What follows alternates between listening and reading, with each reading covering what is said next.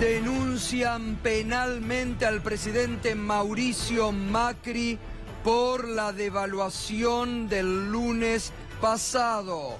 La denuncia la presenta el titular de la Fundación por la Paz y el Cambio Climático, Fernando Míguez, y es por incitación a la violencia institucional y financiera, fraude al Estado. Reiteramos, denuncian penalmente, ya está en sede judicial, denuncia contra el presidente Macri por lo que muchos suponen fue organizado por el gobierno la devaluación del lunes pasado y que hoy el expresidente del Banco Central de la República Argentina, Martín Redrado, dio como un hecho cierto. Volvemos a escuchar lo que denunció hoy Martín Redrado.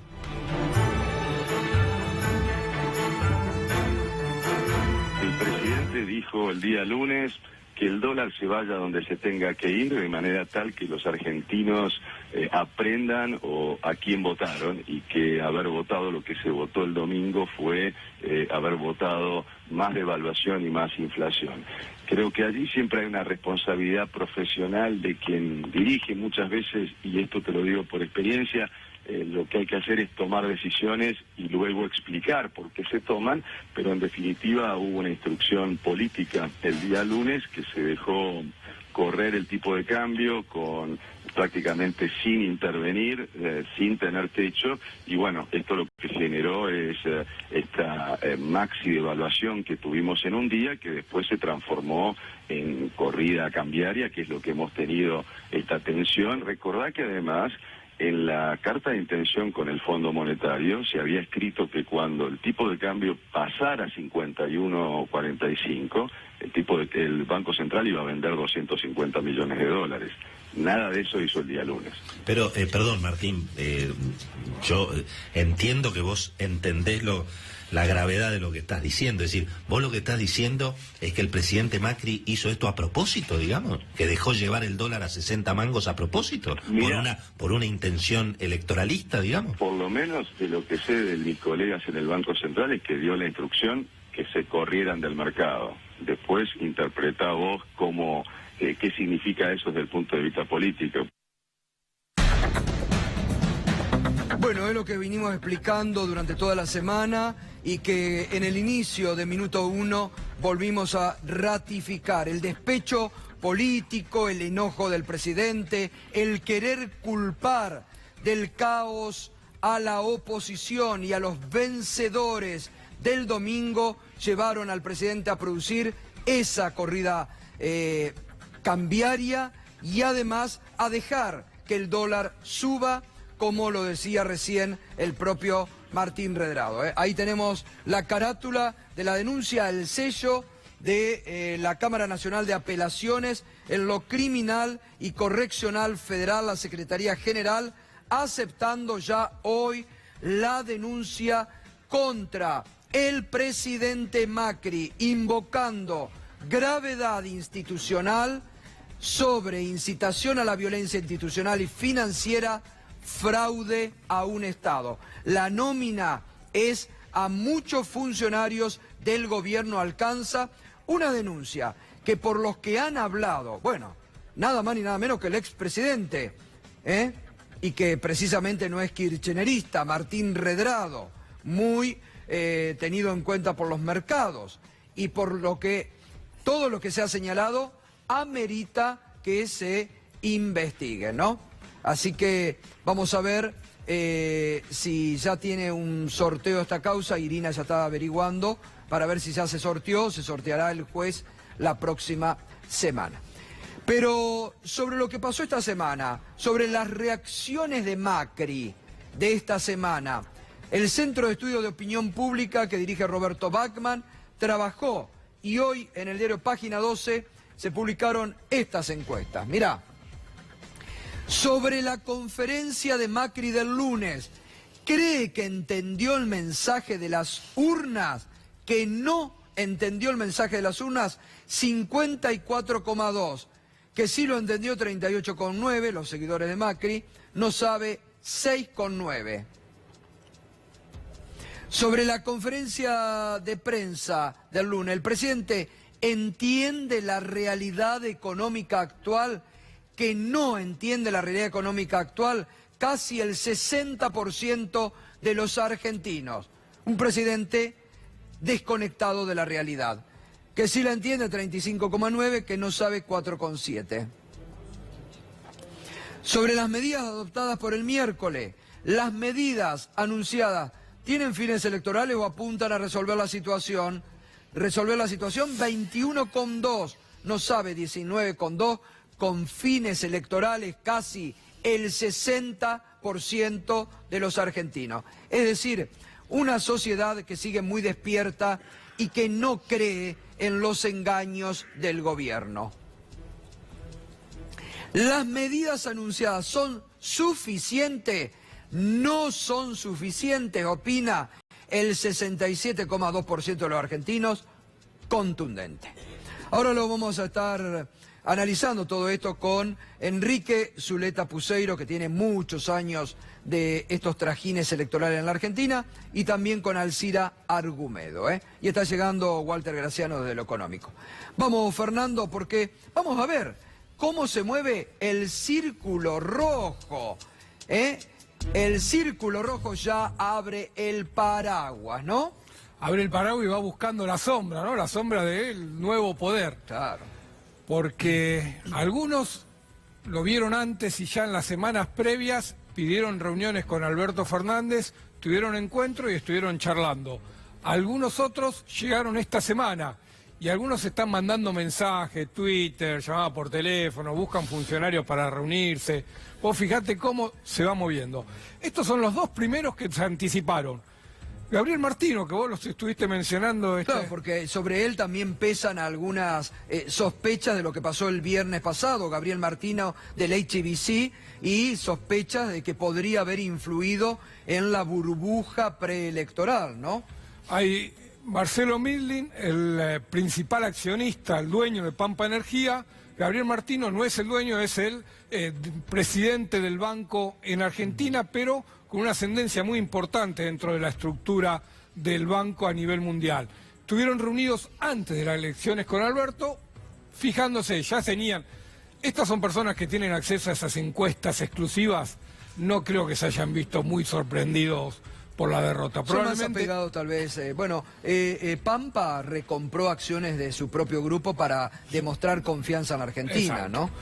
Marco Galperín, Mercado Libre, esta es probablemente la mayor sorpresa, porque ayer se reunió con Alberto Fernández, lo fue a visitar a las oficinas de la calle México. Era el principal vocero del grupo de WhatsApp presidencial de los empresarios, ¿no? Principal vocero, muy destacado, muy militante de la reforma laboral, famoso por haberse subido al Metrobús, como dijo él, para llegar a una reunión con el presidente Donald Trump, felicitando y agradeciendo al presidente por esas obras que hay en la ciudad.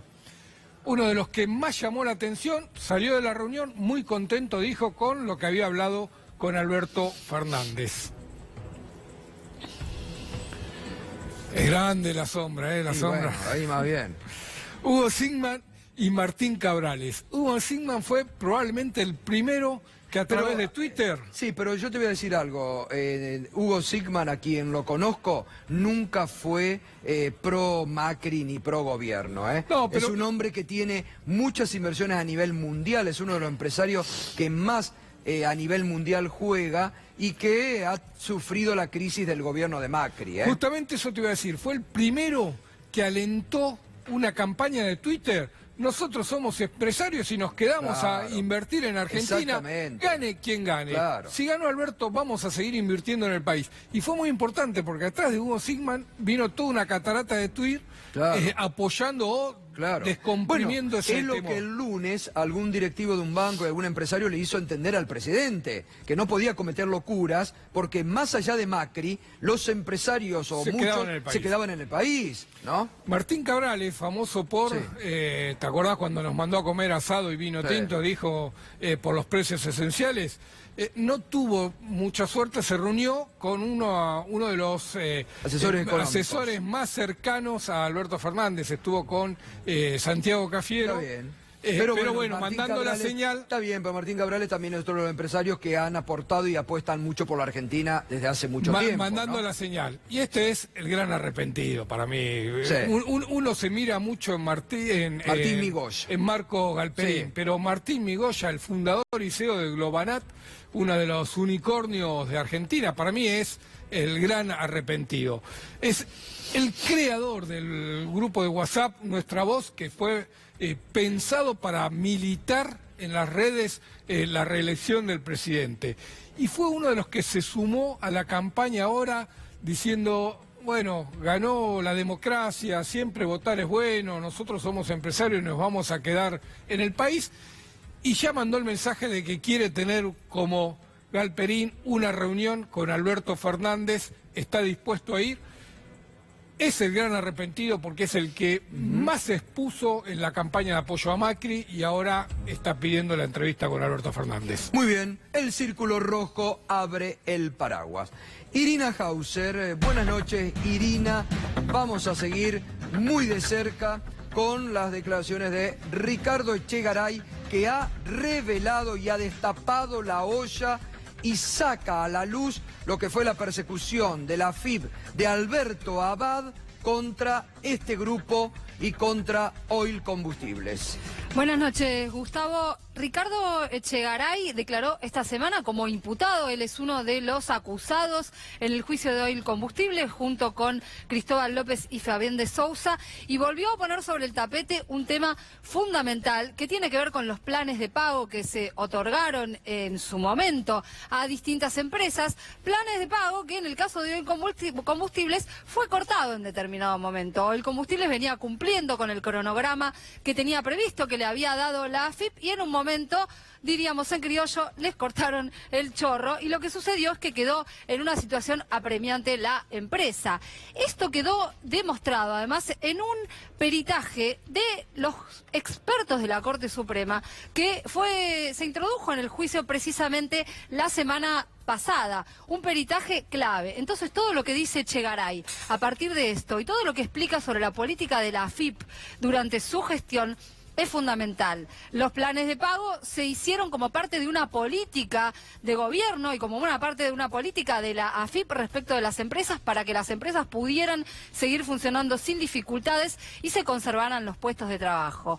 ¿Cuál es la doble vara? Y además lo que pidió Echegaray al Tribunal Oral que tuviera en consideración en su momento, otras empresas recibieron planes de pago. La diferencia es que en muchos casos no se cortaron y nadie hizo un juicio por esto, obviamente, porque se supone que siguieron pagando de acuerdo a lo que habían pactado. Vamos a ver algunas de estas empresas que mencionó Echegaray en la audiencia y algunas de las cuales además le pidió al tribunal que tuviera en cuenta.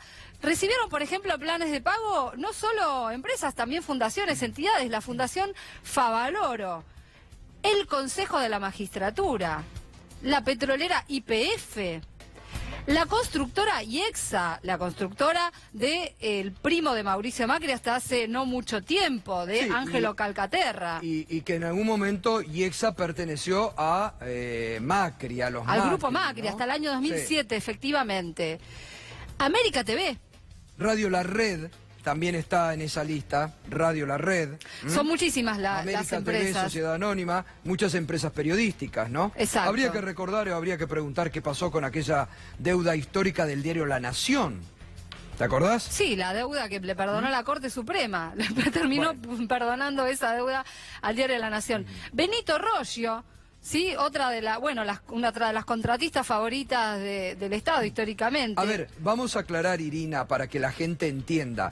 Todas estas empresas, todas estas fundaciones, todos estos medios tenían el mismo plan de facilidades que Oil Combustibles, que los dueños de esta empresa. Los mismos planes. Ahora, Alberto Abad, con también el aval jurídico del estudio de Ricardo Gil Lavedra, llamativo, porque aparte contrataron al estudio foráneo de Ricardo Gil Lavedra para que armen la causa contra exclusivamente Oil. Y se conoció, que eso también hay que recordar, Irina, porque los medios esto no te lo cuentan. Los medios que tanto hablaban de 8.000 millones, 13.000, 20.000, que mintieron, nada dijeron de la pericia oficial de la Corte que los desmintió.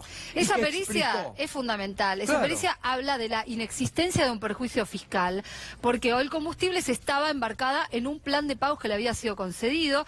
Esa pericia dice que llegó a pagar además 7.100 millones de pesos, que había sido una deuda proyectada a 5 años, ¿sí? Pero esa deuda, o sea, ese proyecto de pago no se llegó a implementar precisamente porque la gestión de Abad en la AFIP terminó suspendiendo el plan de pagos que se había concedido. Y que no cobraron a Oil ni un Combustibles. peso. No cobraron un peso la AFIP.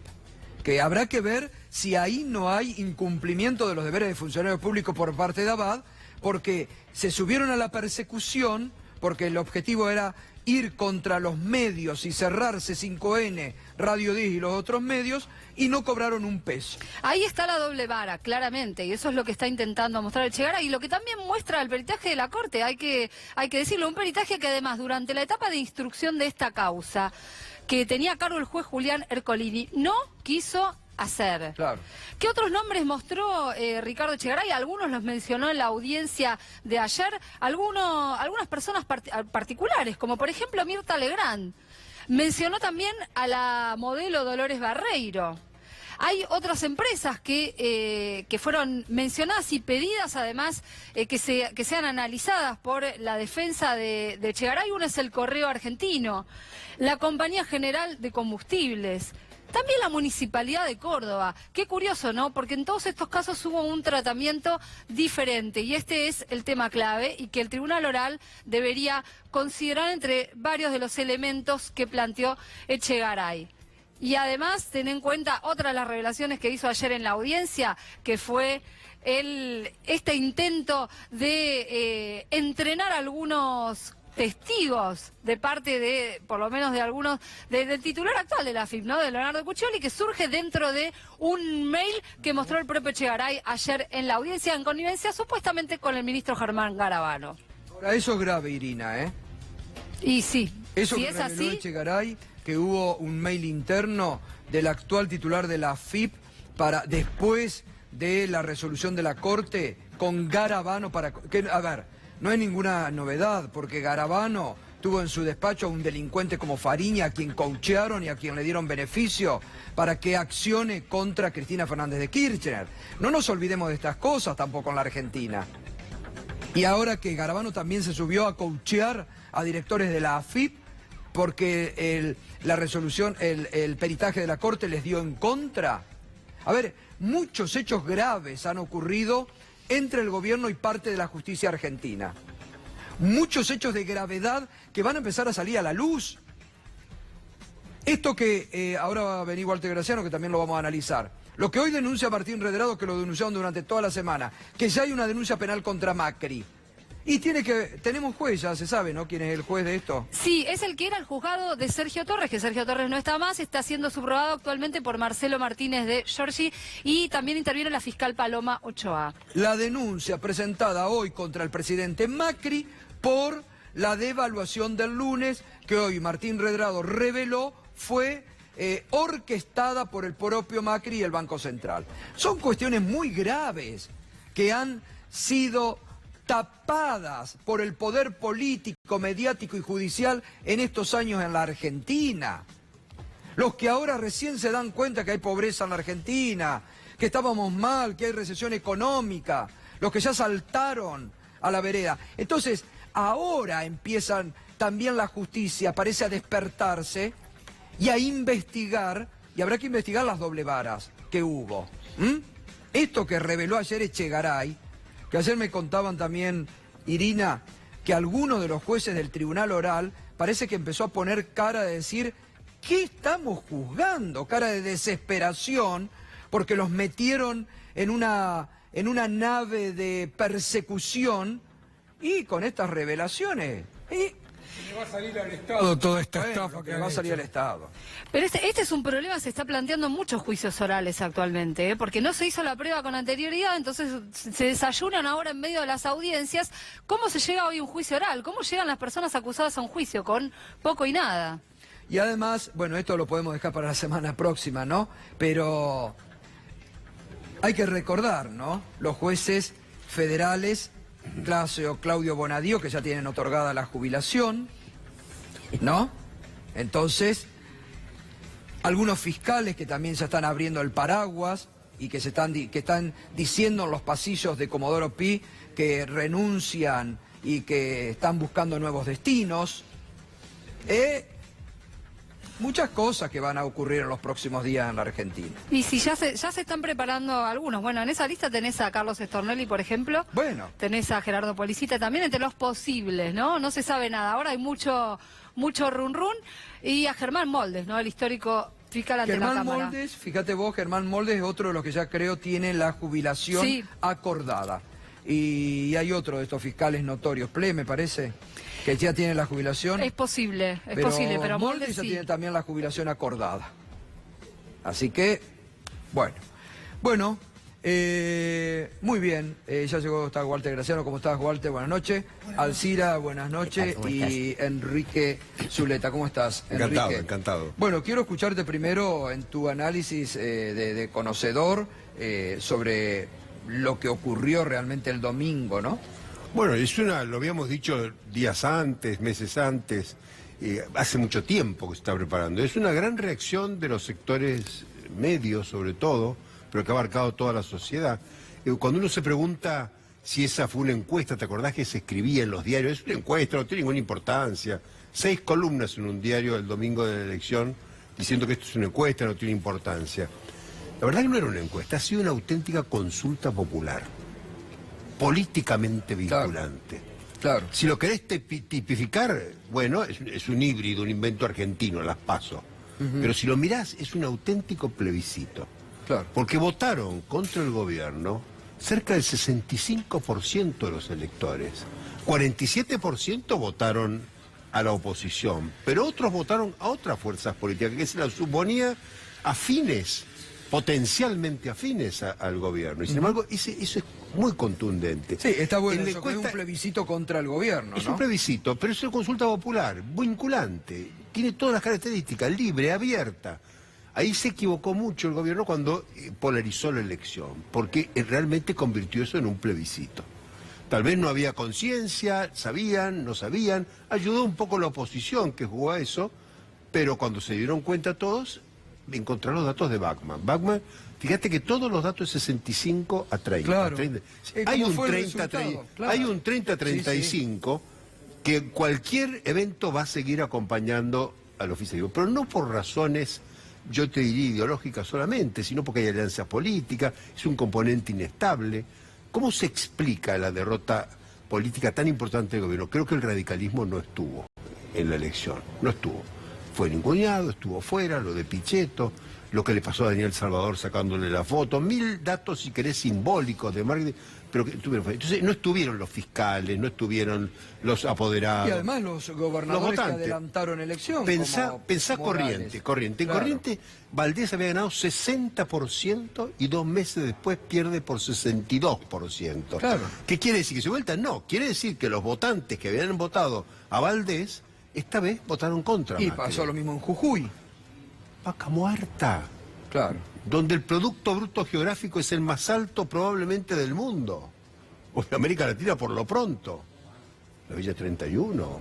Muchísimos lugares donde se ha hecho una fuertísima inversión. Y esto creo que es un tema que excede el tema gobierno-oposición. Acá hay, en la Argentina y en todo el mundo, hay una indignación. En algunos lugares se ha volcado esa indignación a las calles. En otros lugares ha significado los soberanismos y los populismos de derecha o de izquierda.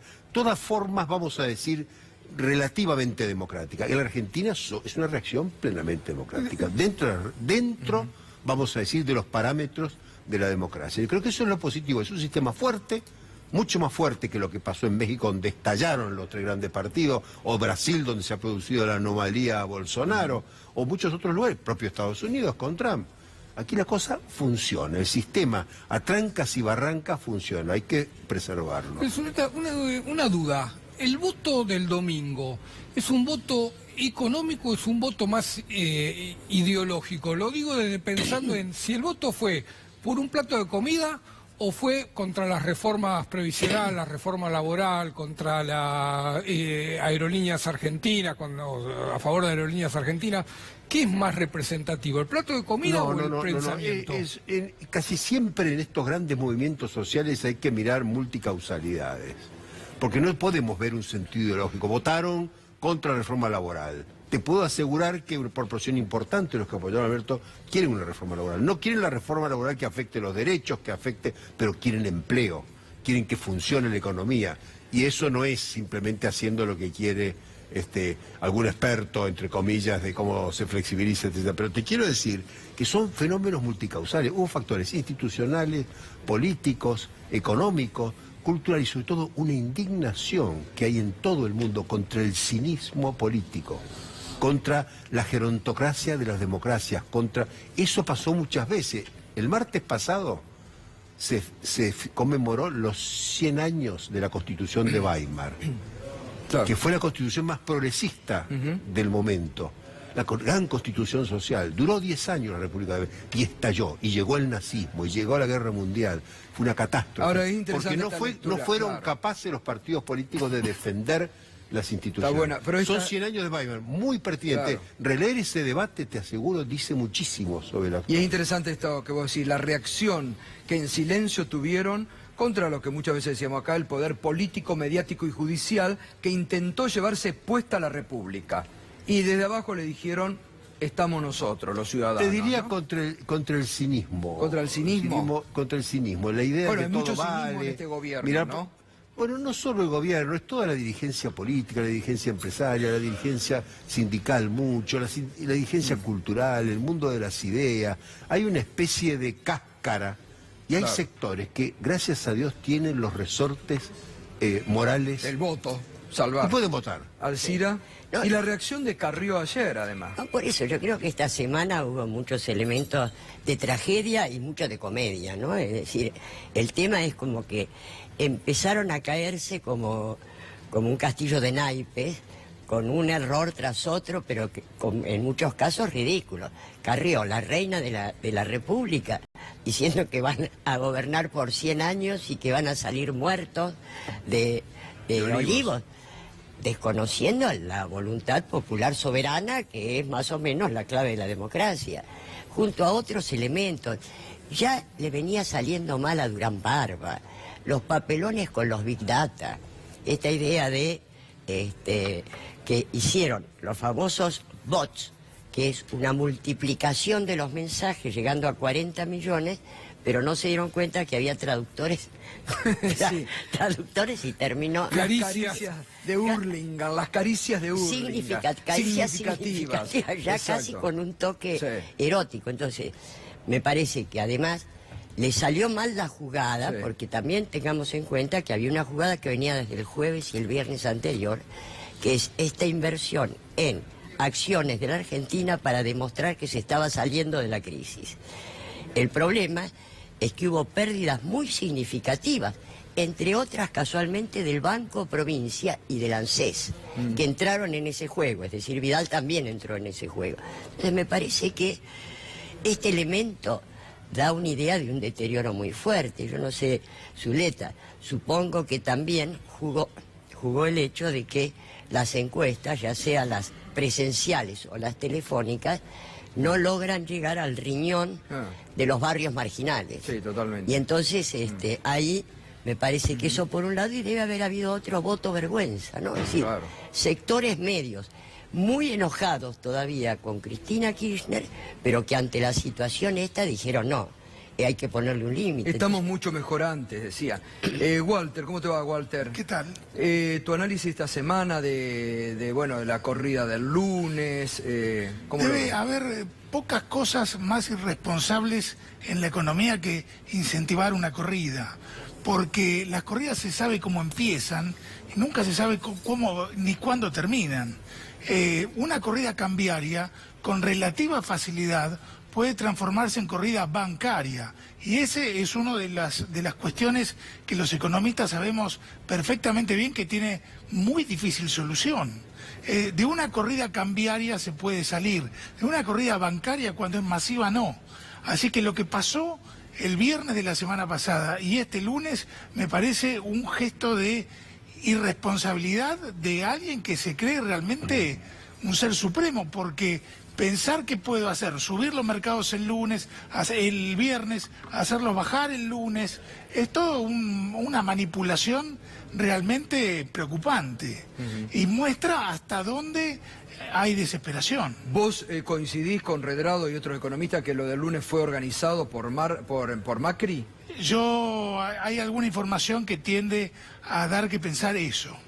Más que organizado, fue algo que estaba hablado con anterioridad para el caso de que la fórmula Fernández ganara por un margen de más de 5 o 6%. Y lo dejaron así. Ahora, yo hoy leí tu columna de ámbito financiero y yo coincido porque lo dije acá. Yo creo que acá si se busca un acuerdo político, Enrique a ver qué opina y Alcira, lo que sería un verdadero acuerdo político de seriedad institucional es adelantar las elecciones. Sí. Porque yo no sé cómo se banca 4 meses esto. No, y las últimas 48 horas fueron más tranquilas por la medida que tomó el Banco Central de exigirle a los bancos que se desprendan de las pocas tenencias que ya tenían de dólares, porque en realidad eso estaba severamente recortado desde hace ya bastante tiempo, pero los bancos podían tener un 5% de su patrimonio en dólares. Esto lo tienen que vender antes del martes, o sea, tienen como máximo de plazo el día martes, con lo cual esto es una medida que se suele tener un efecto muy concentrado desde el día que se emite la circular hasta el día que efectivamente los bancos tienen que adecuarse a eso. ¿Vos sabés? Ahora, sí. No, digo que los bancos estaban haciendo un negocio muy grande, comprando dólares en el momento y vendiendo los contratos de dólares futuros que tenían, haciendo una ganancia muy grande, especulando en ese momento. Sí, y bueno, lo que pasa es que los bancos no estaban usando prácticamente el 5% que les permitía el Banco Central tener como dólares cash.